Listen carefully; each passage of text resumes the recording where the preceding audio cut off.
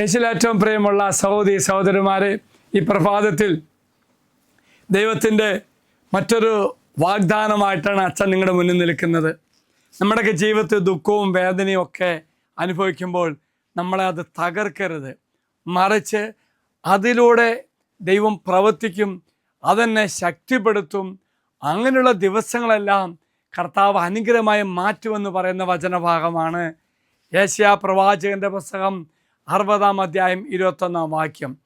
നിൻ്റെ വിലാപദിനങ്ങൾ കർത്താവ് മാറ്റും. ആ വചനപ്രകാരമാണ്, നിൻ്റെ ജനം നീതിമാന്മാരാകും, ഞാൻ മഹത്വപ്പെടുത്തേണ്ടതിന് ഞാൻ നട്ട മുളയും എൻ്റെ കരവേലയുമായ ദേശത്തെ എന്നേക്കുമായി അവർ കൈവശപ്പെടുത്തും. സമൃദ്ധിയുടെ വചനമാണ്, അനുഗ്രഹത്തിൻ്റെ വചനമാണ്. ദൈവം എനിക്ക് വേണ്ടി ഒന്നുമില്ലായ്മയിലായിരിക്കാം, ഏത് ദുഃഖത്തിൻ്റെ അവസ്ഥയായിരിക്കാം, കർത്താവിനെ ഉയർത്തുകയും എന്നെ ശക്തിപ്പെടുത്തുകയും ചെയ്യും. അതാണ് പ്രിയമുള്ളവർ എഫേസസ് 1:7 പറയുന്നത്, അവിടുത്തെ കൃപയുടെ സമൃദ്ധിക്കൊത്ത് നമുക്ക് ക്രിസ്തുവിൽ പാപമോചനവും അവൻ്റെ രക്തം വഴി രക്ഷയും കൈവന്നിരിക്കുന്നു.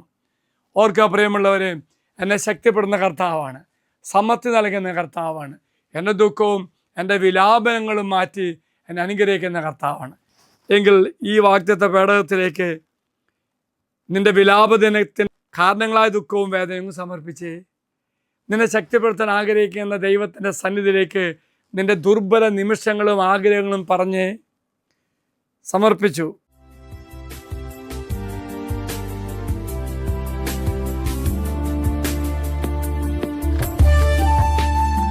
ഇത് നിങ്ങൾ സമർപ്പിച്ച നിങ്ങളുടെ എല്ലാ നിയോഗങ്ങളും അൾത്താറിലേക്ക് അച്ഛൻ സമർപ്പിക്കുന്നു.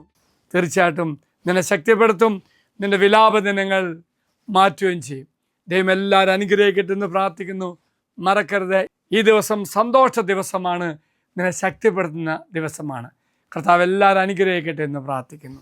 നമ്മുടെ കർത്താവായ ഈശോമിശിഹായുടെ കൃപയും പിതാവായ ദൈവത്തിൻ്റെ സ്നേഹവും പരിശുദ്ധാത്മാവിൻ്റെ സഹവാസവും നാം എല്ലാവരോടും കൂടെ ഉണ്ടായിരിക്കട്ടെ, ഇപ്പോഴും എപ്പോഴും എന്നേക്കും. ആമേൻ. Praise the Lord.